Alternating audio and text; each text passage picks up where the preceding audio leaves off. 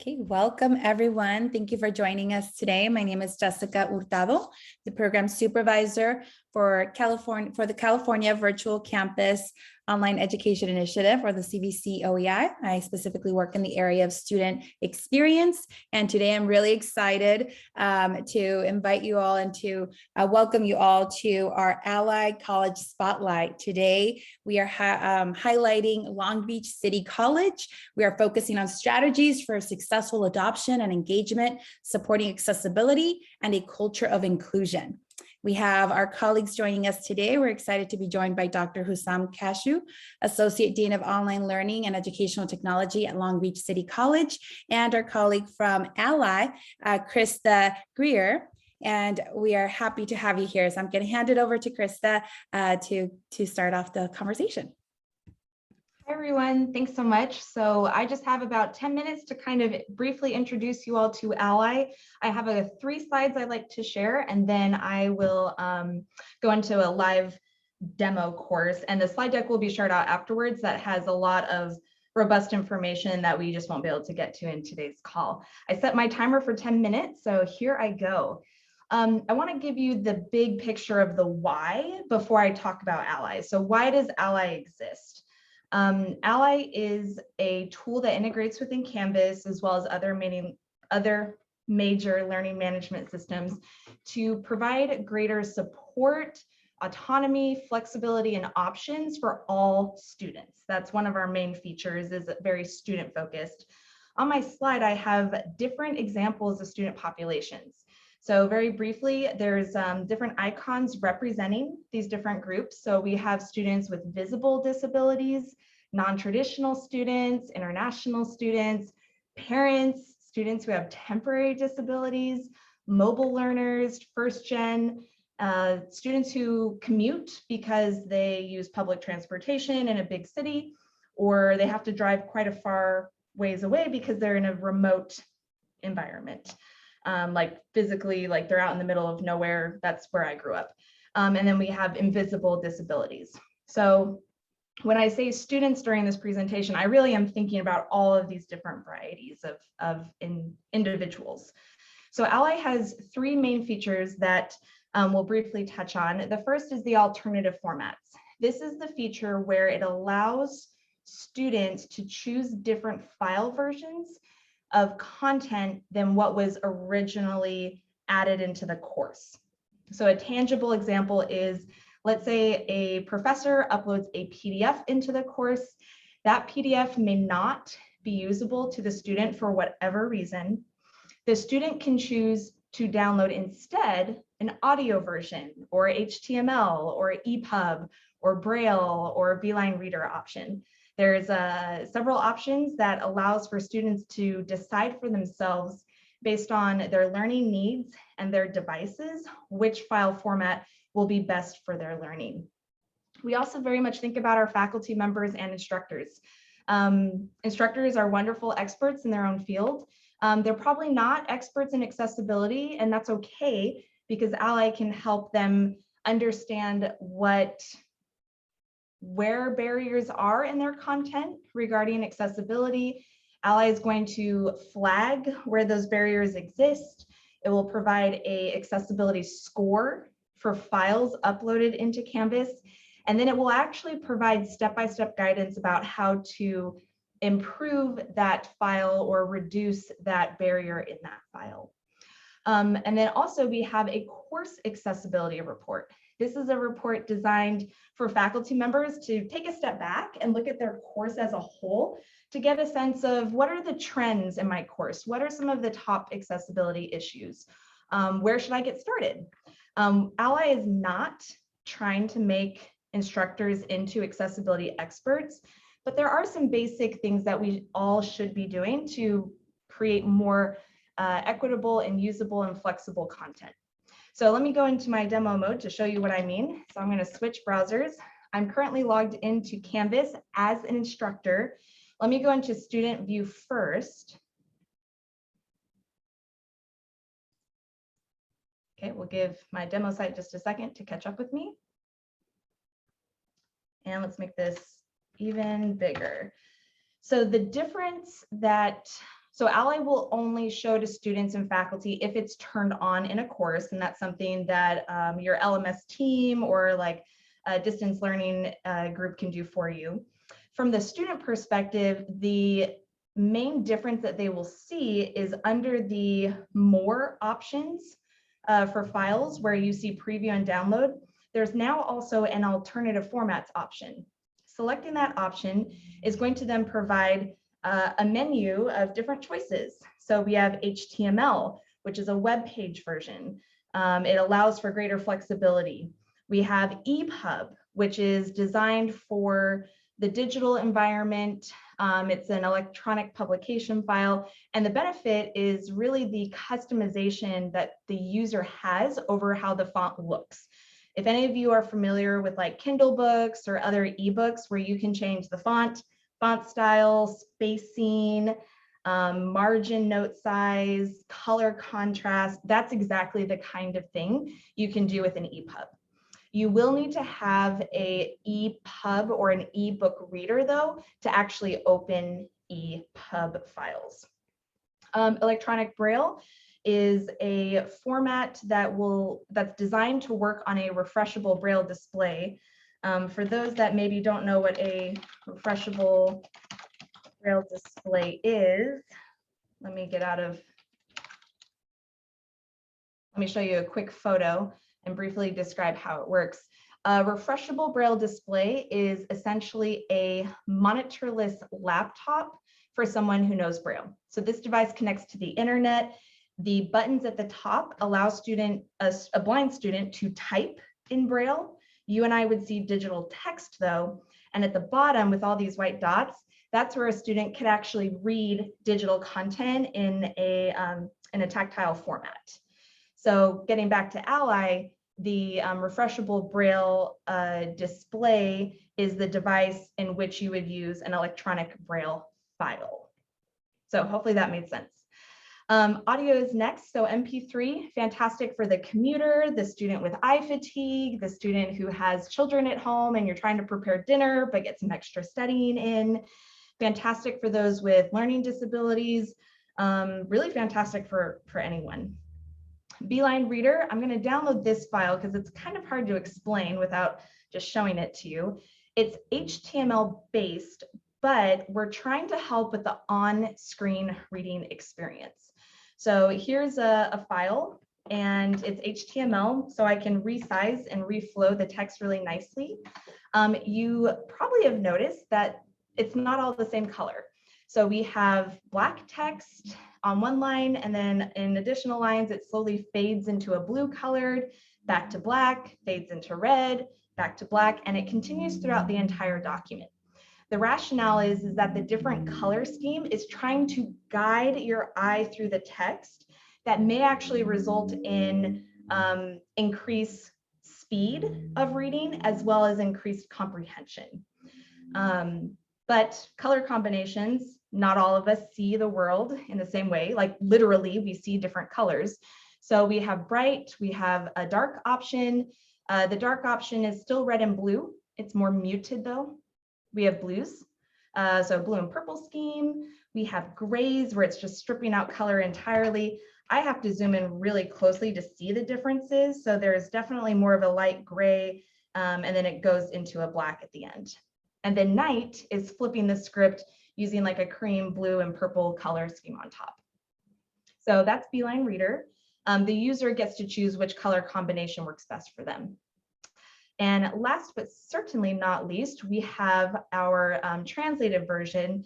Now, if you guys are already using Blackboard Ally at your school in Canvas, then you may not see this option, but translated version, language translation, we're actually partnering with Amazon Web Service to provide this.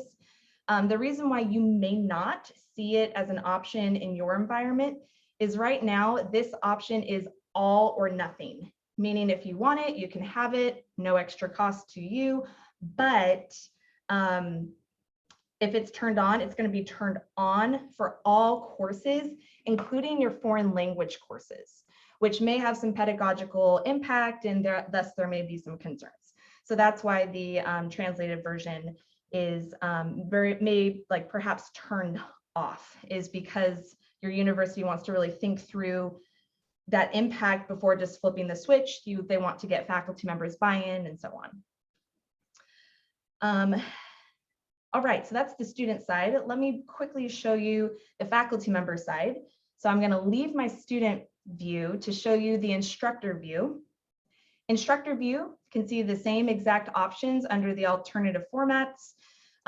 They can also get their own content in different file formats if desired. What they will also see are these different colored dials. These dials look like speedometers or gas gauges. They're green, orange, and red, very much following the stoplight mentality of, hey, we're good to go, versus like, we have some barriers and concerns. Selecting the icon is going to pull up information about that file.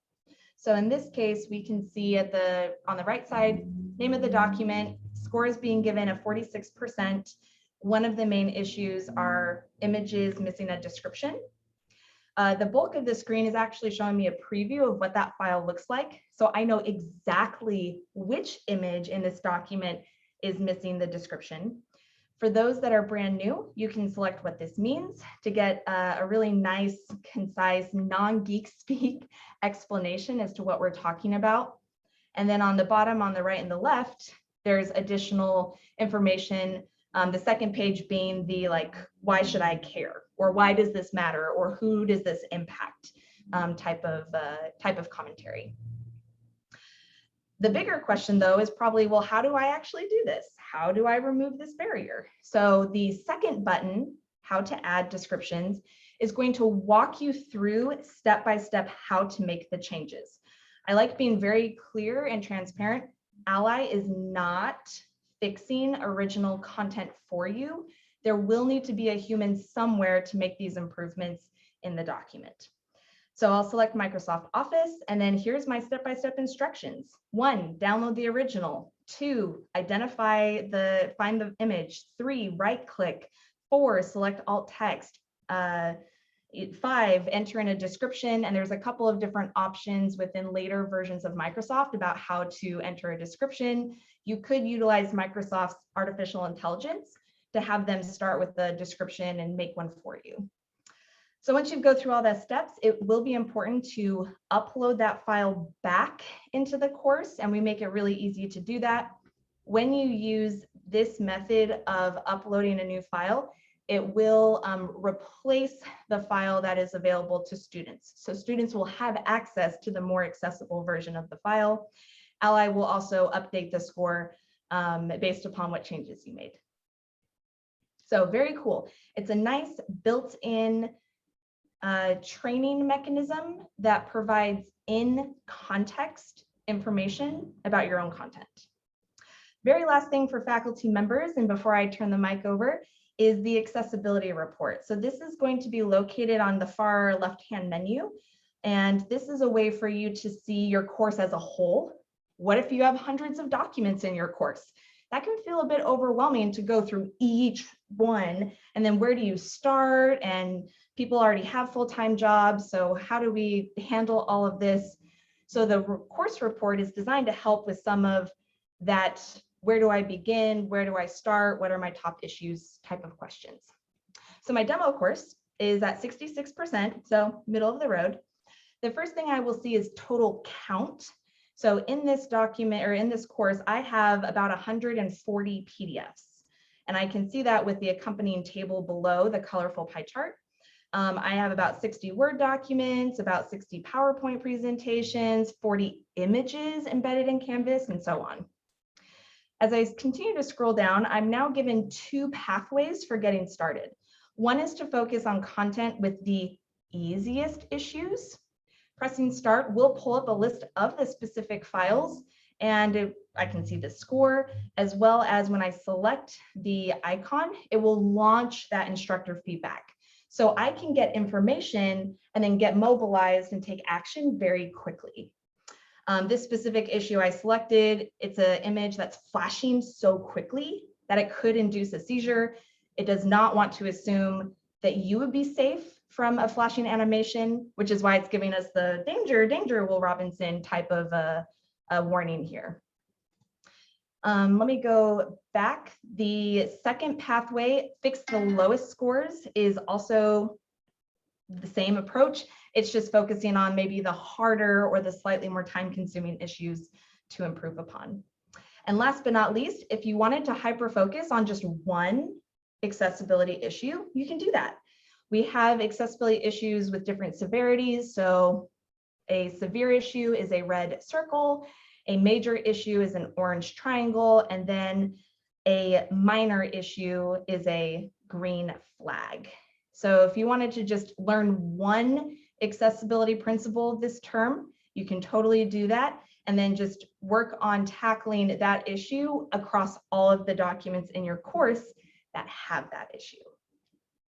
So if you would like more information, I'm going to put a couple of things in the chat, one of which is actually our Blackboard Ally YouTube playlist that has actually been playing on silent in the background.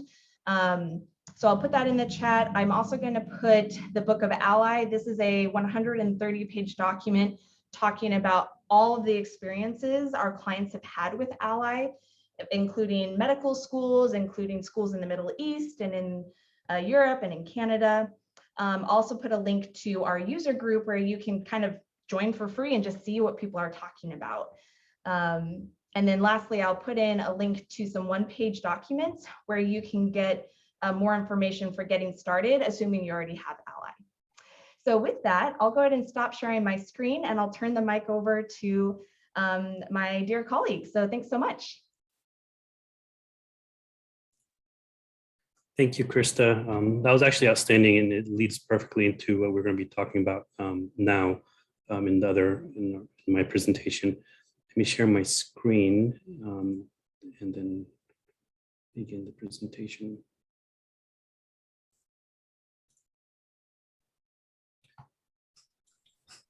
Looks great. Perfect. Hello, everyone. Thank you for attending today. And thank you to the California Virtual Campus Online Education Initiative and Ally for inviting me to present here and share some of our adoption processes and successes, the things that we did to launch Ally and its impact in our college. So today I will talk about strategies for successful adoption. Let me move everyone's heads from my screen. Successful adoption and engagement supporting accessibility and a culture of inclusion. My name is Hussam Kashou. I'm the Associate Dean of Online Learning Educational Technology at Long Beach City College. So real quick, I'm going to give an overview of our LBCC Ally timeline and launch, then go into some of the data that we got from the academic year, the 2020-21 academic year, and then go into some engagement, accessibility, and cultural inclusion, and some of the resources and trainings and things that we do to promote that. And so timeline and launch. So the first thing you do, I'm not sure how many of you here have already implemented Ally, or if you're considering it, maybe you've already gone through the first phases and want to move forward even more. But the initial thing that we did is we met with our colleagues and friends from Ally. So we had a kickoff call, and this was in March 2020, end of March. And in that kickoff call, pretty much what Krista just gave us, right? She talked about alternative formats, the structural feedback, the gears, and then the course accessibility report, and as well as the institutional report. And they asked us, which of these three items are you interested in implementing? And so in that kickoff meeting, it was me and my one of my team members, Wendy Lopez, who's actually on this call as well. She's our distance learning specialist and Canvas admin. We watched the presentation. We were like, we want all of it. We love the tool and what we can do for us, because we've always had that these universal design and accessibility and all these things were always integrated in our resources and our services. And this was another great way of implementing and supporting that and those initiatives. But one thing to note is exactly in that same time frame was when we were going through COVID, right? So between the end of March, of February and the first couple of weeks of March, our college was transitioning online and going fully remote. And then on March 18th, we were fully remote. So this kickoff meeting was during that phase and that period. So you kind of get a sense of what was happening. And so we went into then phase, the next phase is integration and adoption. And so we did the testing. Everything we do is on our Canvas server. Wendy tested everything and did the integrations. We even did some customization for, you'll see later, our navigation for the course report. And it took about 2 to 3 weeks to get everything ready and be available to launch. So we were actually able to launch in April, early May. However, we decided not to launch. We held off and not to launch it yet. And that's because, as you said, there's everything was going on with COVID.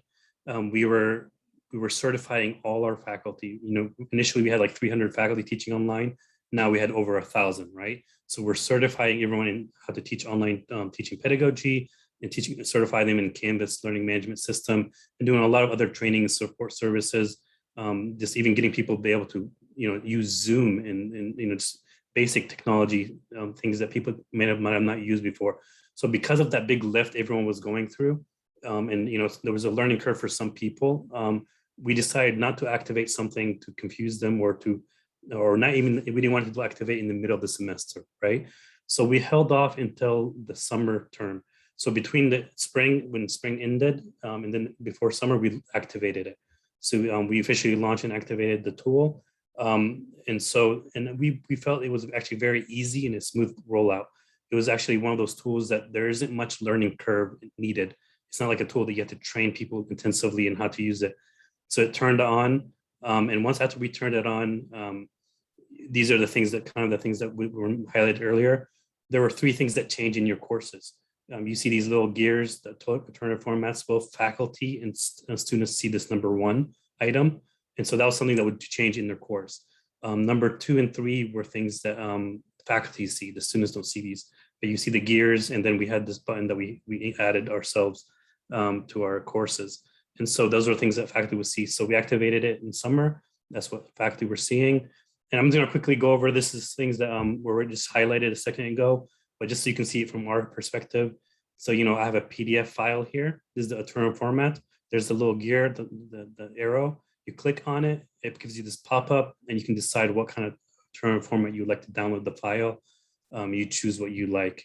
The next level indicators is another example with all the gears. You see all these different gears. This is the different ratios and the colors. And then if say I clicked on this banner, and it was say the gear was red or any other color, but you click on it, and once you do it pops up, and you get the kind of the things that we were seeing demoed a second ago. You can fill in, some things you can easily, like alternative text are very easy to fix. You just type in the alternative text, you save it, and it goes to 100%. Or if there's any other needs, it'll tell you what you need to do. So that's one of those things that you can easily implement and improve in your course. The third level is the course accessibility report. We customized it a little different. I believe it usually should be on your navigation here. Wendy went ahead and customized it where we added a button here in our courses. So it's always going to be visible for faculty or any instructor or admin of a course. And that's where we have our accessibility report. And faculty would click on it and launch those things.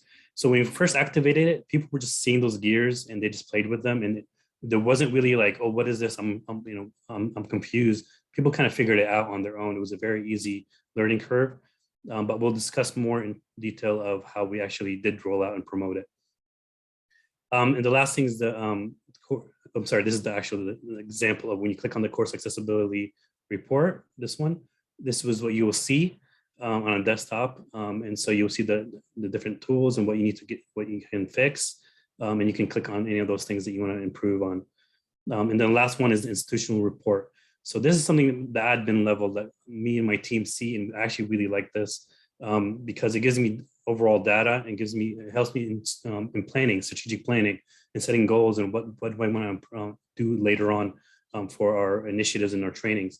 And so this is just an image, so it's not a demo, but you can see like how many courses we had in the academic year, 2021 year, how many over 2 million content created, and overall accessibility score was 72%.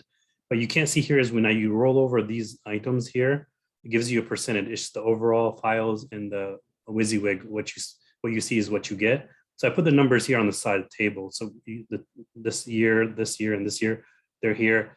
And so you can see the ones that you build directly into Canvas, they tend to have high scores. People tend to know how to do that. They fix them, it's easier to fix.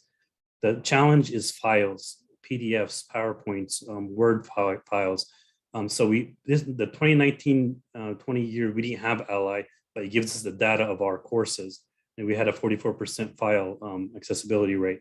And with Ally, we pushed it 6% last year, which is a good improvement, but we want to continue to improve that. And that's one of the key points that I noticed, and I highlighted when I was in different meetings. And so that kind of gave us the buy-in, and people were shocked that we need to actually improve that. And so now going to the Ally data. So let me go in quickly. And so in addition to, before I showed you the overview, we see the overall numbers, but there's a tab next to it. It's called usage. And it allows you to put dates, like time periods, and you can run data and see the numbers for your college, your institution, and how much, that's one of the nice things about the tool. It gives you all these data and numbers that you might not be able to get if you didn't have it. So we did it just, for example, for this purposes here, the academic school year from July 1 to June 30th. Of course, summer term starts earlier than that, but we just wanted to do academic year. So when we do that, we get this spreadsheet. So this is a screenshot of the spreadsheet for our college for that year, for this time period. And this is looking at term formats and its impact on our college. So going through these numbers and you're looking at it, you can see that in just 1 year of launching it, we had over almost 54,000 downloads, format downloads. We had over 12,000 unique users across over nearly 4,400 courses that download these formats. And we had over 1,400 students who downloaded 6 or more files using the alternative format tool. And so that's some data numbers for the entire year. And then if you go further in, looking at the actual different modes, the different options, format options, you can see the numbers here, how students, and actually it's not just students. If you're doing training for faculty and staff, they're also using and taking advantage of these resources if they're enrolled as students, so they can download files as well. And this is and it gives you, the report also gives you a table showing you the trends.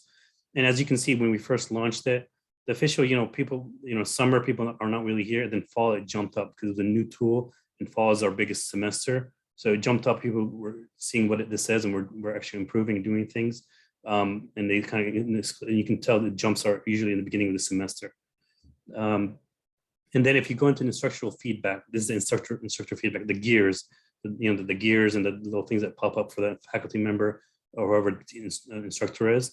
And so from that, we see that the indicator, the instructors clicked on that gear over 26,000 times. There's over around 1,700 unique instructors across 3,300 courses that made fixes. And there was over 16,000 files that improved their accessibility. And about 600 unique instructors engaged in the course accessibility report. That's the one where you see the overall course accessibility of your course. And so that you can see the numbers there. And one thing to note is the conversion rate, 61%. So when people clicked on that gear, 61% of the time they fixed it. They fixed the issue that they had. Of course, sometimes the issues are more advanced, so people may not fix them instantly. And then this is, again, a similar chart that we get with our report that shows us when people did things. And as you know, this report actually, as people build their courses and improve their courses, we expect this to start dropping down, because when you start improving your course, you're not really needing to click on those gears anymore, right? Because they're always going to be fixed when you repeat your course. Now, let me go into the engagement, accessibility, and our culture of inclusion. So I already talked about the buy-in, that we kickoff meeting, we integrated everything, and then we launched it in summer. But it's not just we launch it and everything's done. So how do we promote it, right? And that's probably some of you are wondering. So how is it promoted? How did we support this tool? So initially with COVID, because of COVID, there was a lot of leadership teams that were formed. So we had a COVID response leadership team that I was on. This is the president, the VPs, the deans, a lot of the senior leadership across the college, student services, all academic services, all the different divisions were all meeting together, discussing the needs of our institution. And we had subgroups. We had the instructional work group for academic affairs. We had the online student success team and academic integrity work group. And those are just because of COVID. And so we're meeting regularly, almost daily during that period. And as well as, so I was presenting this tool to them in those meetings. And so once we launched it, these are some screenshots of what I was showing them. I was showing them institutional report, showing them the numbers and the data of what we need to improve on, showing them the course example of a course, accessibility report. And people, that visual impression gives people understand it more. Our division have always talked about accessibility. It's nothing new to us. We've always trained in it. It's part of it's integrated in our trainings. But when you see it in this way, it sometimes resonates more with people. And so people were seeing this as well with the COVID response. There was an understanding of the needs of our students. So this became, it was well received, I guess. And then I presented it to the dean's team. We also presented to the department heads, the online ed committee, the student success committee. Our faculty coordinator, online learning faculty coordinator, also emailed it to the faculty and informed them of this new tool that is available to them. We work closely with our DSPS, our disabled student services, as well as with our tutoring services. And so we let them know about these tools and they promoted it to their students. And we did a lot of trainings and workshops for faculty as well. Not necessarily training like just on Ally, just general accessibility training. And we would promote this tool and we would show them examples of this tool, how it can improve their accessibility and the importance of accessibility, like that was presented earlier, like why is accessibility important? So you're talking about accessibility and this is a tool that you can implement and use to support your learning and for the success for your students. And so going off that, now institutional priorities and cultural shift. Now before COVID, accessibility, equity, inclusion, we're all always integrated components within our division in our school. They're rooted in everything that we were already doing. In our online teaching certification, accessibility, there's a whole module on it. In our Canvas certification, it's there. In our pedagogy training, our best practices training series, we have accessibility, and course design and all these different things that we train on. And then also with our resources and services, we have always had these things. We have a whole shell just on closed captioning. We do training on how to make videos and edit those videos and so forth. And so we've always had that pre-COVID. But when COVID happened, it was kind of like and when we launched at the same time, it kind of gave us a setup that allowed us to go further because now teaching and learning was fully online, right? Everything is online. And so people who probably never thought about accessibility, never maybe used Canvas, are now using these tools and they're seeing the impact on their students. So everything's fully online, as well as all of our student services were online.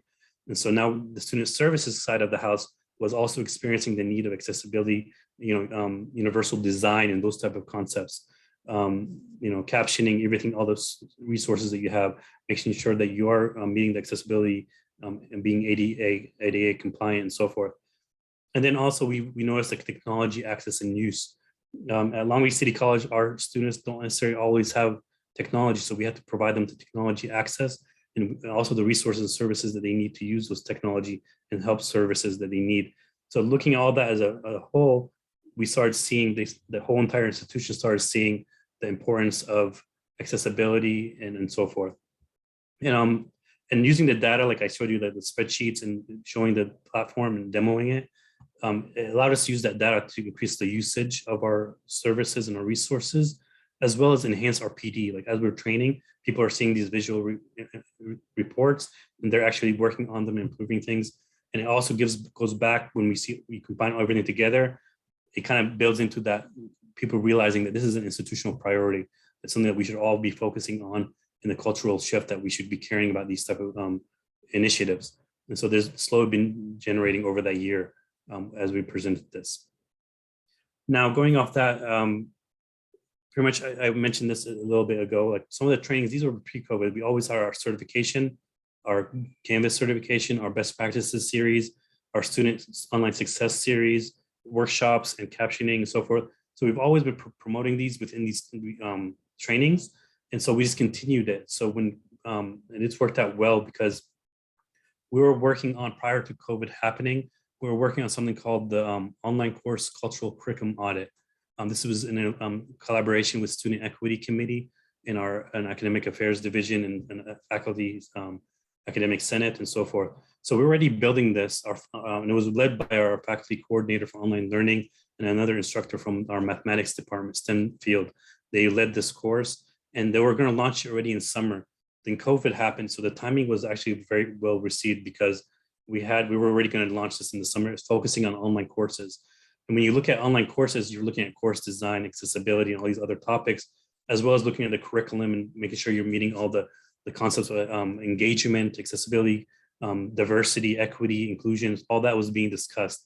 And so we were able to, our faculty coordinator presented Ally in that course, in that cohort.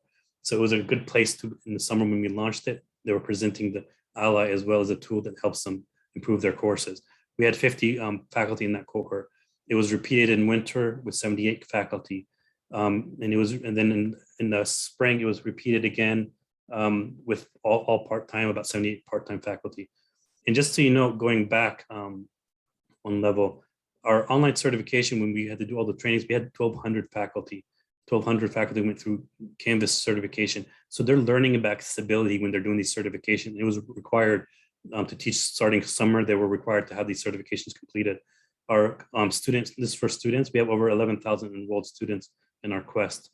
And then we launched this other tool called 10-Day Accessibility Challenge. And I'm going to highlight that really quickly before I conclude. So 10-Day Accessibility Challenge, we had about 150 part-time faculty. We launched it in spring for our part-time faculty. This was a tool, this is actually a concept that was developed at Foothill College, I believe in collaboration with the CVC OEI, and we loved it. We reached out to them. They said, they allowed us to take advantage of that and replicate it.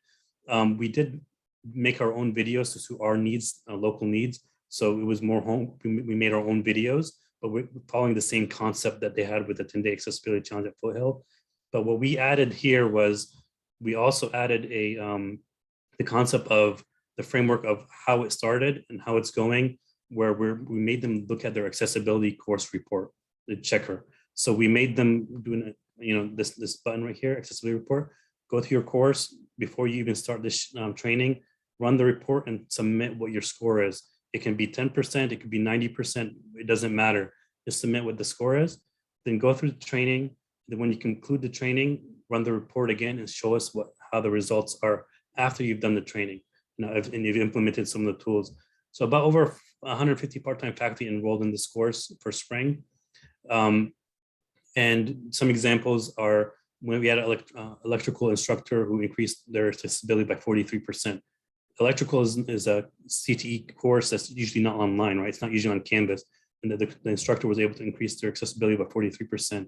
Visual media arts by 25%, and instructor in learning academic research by 33%. And that's okay. And we're looking at each one is different because everyone started at different numbers and there's a different range that they're trying to reach. And so we worked with them. Our faculty coordinator led this training and supported the faculty in that. And then when we did the feedback report, 98% of the faculty who took this course found this very informative and beneficial. And then 83% also were like, what's next? I want to learn more. I want to go beyond this. I got this down. What's the next phase for me to do?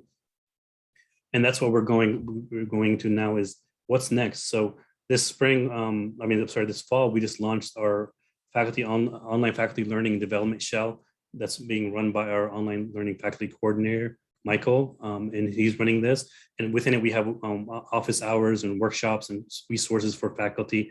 And among that is the 10-Day Accessibility Challenge where they can self-enroll, and we would help them work with them on that. Initially, that training was only for part-time faculty, but now we launched it to all faculty. So full-time faculty are enrolling in it as well. But when we talked about what's next, a lot of faculty were, it's not just because they took the accessibility training, but they did Canvas training, they did the online pedagogy training. So our faculty were initially beginners and they were like scared to, they're worried, like, I don't know much about this.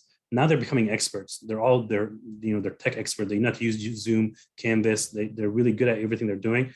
They're looking to be like, what's the next level? Where do I go now? And a lot of them reached out to us like, I want to start improving my content, right? So we have these 3 courses here, PDF, accessibility, PowerPoint, and Microsoft Word accessibility. And we adopted these from the CVC OEI App One online network of educators. They have these free resources, self-paced courses.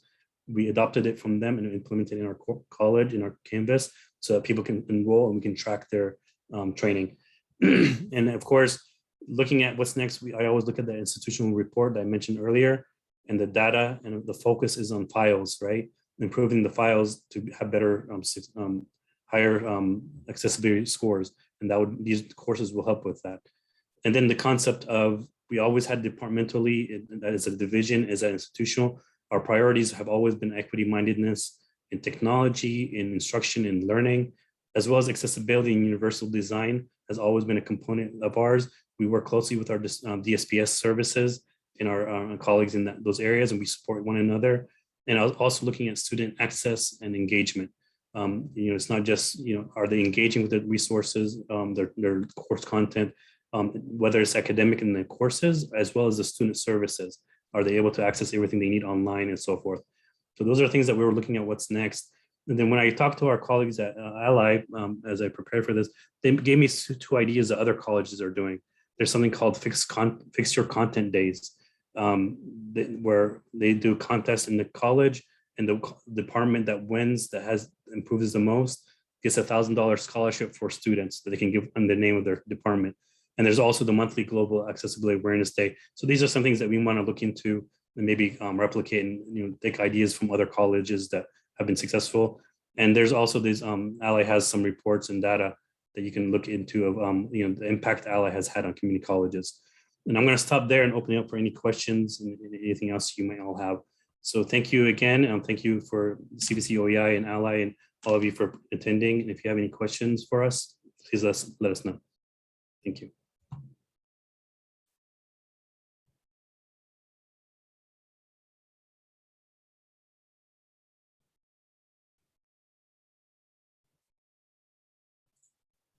So you're welcome to type any questions in the chat, or we're all free to unmute or turn on your videos if you like to participate that way as well. Thank you so much. Okay, I don't see any questions in the chat. This is great. So there are some files being shared in the chat, so you might want to keep an eye out for those. Click on those so you can save them, and we will provide the link to this recording. Karen, can you provide that information? Sure, I will go ahead and put that in the chat. So I have a question.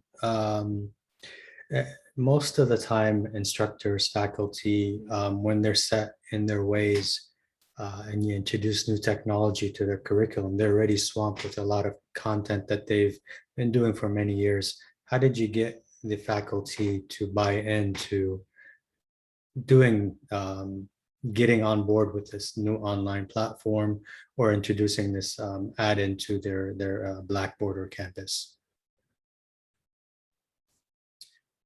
Great question. So for us, with anything we do, we always have to emphasize the why. Why are we doing what we're doing?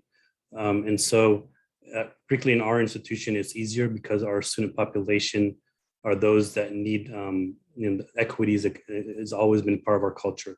Equity, diversity, inclusion. So it's always been a concept that we emphasize in our institution. And then when COVID happened, that kind of gave us, that's like the positive of COVID, if you want to think of it that way, is that everyone had to adapt and change.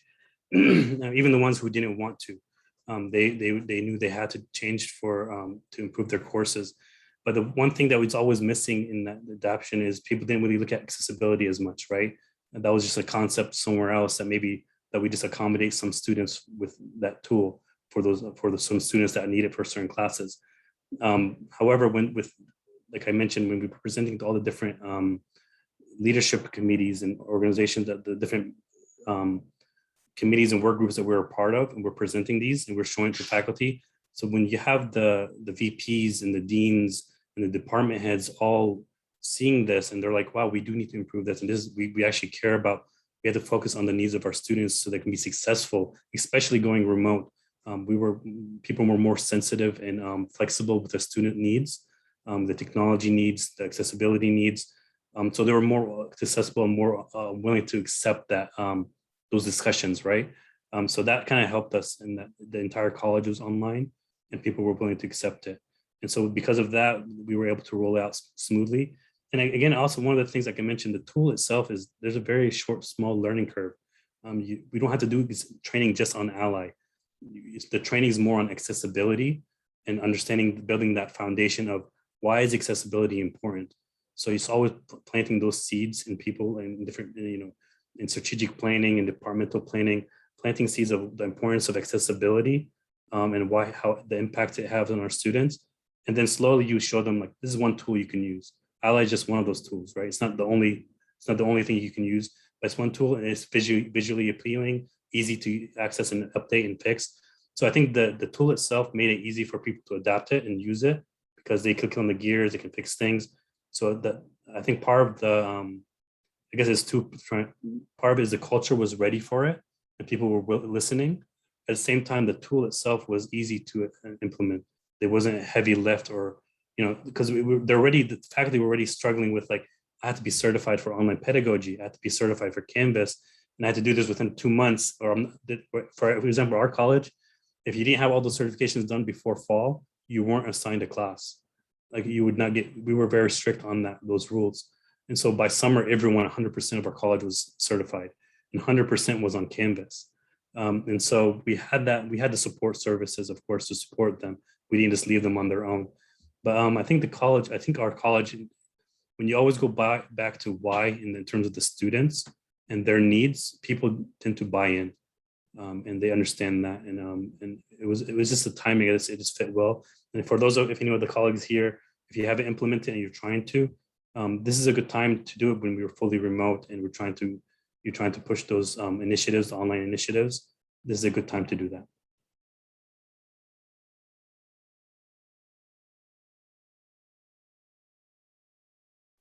Awesome. Any more questions?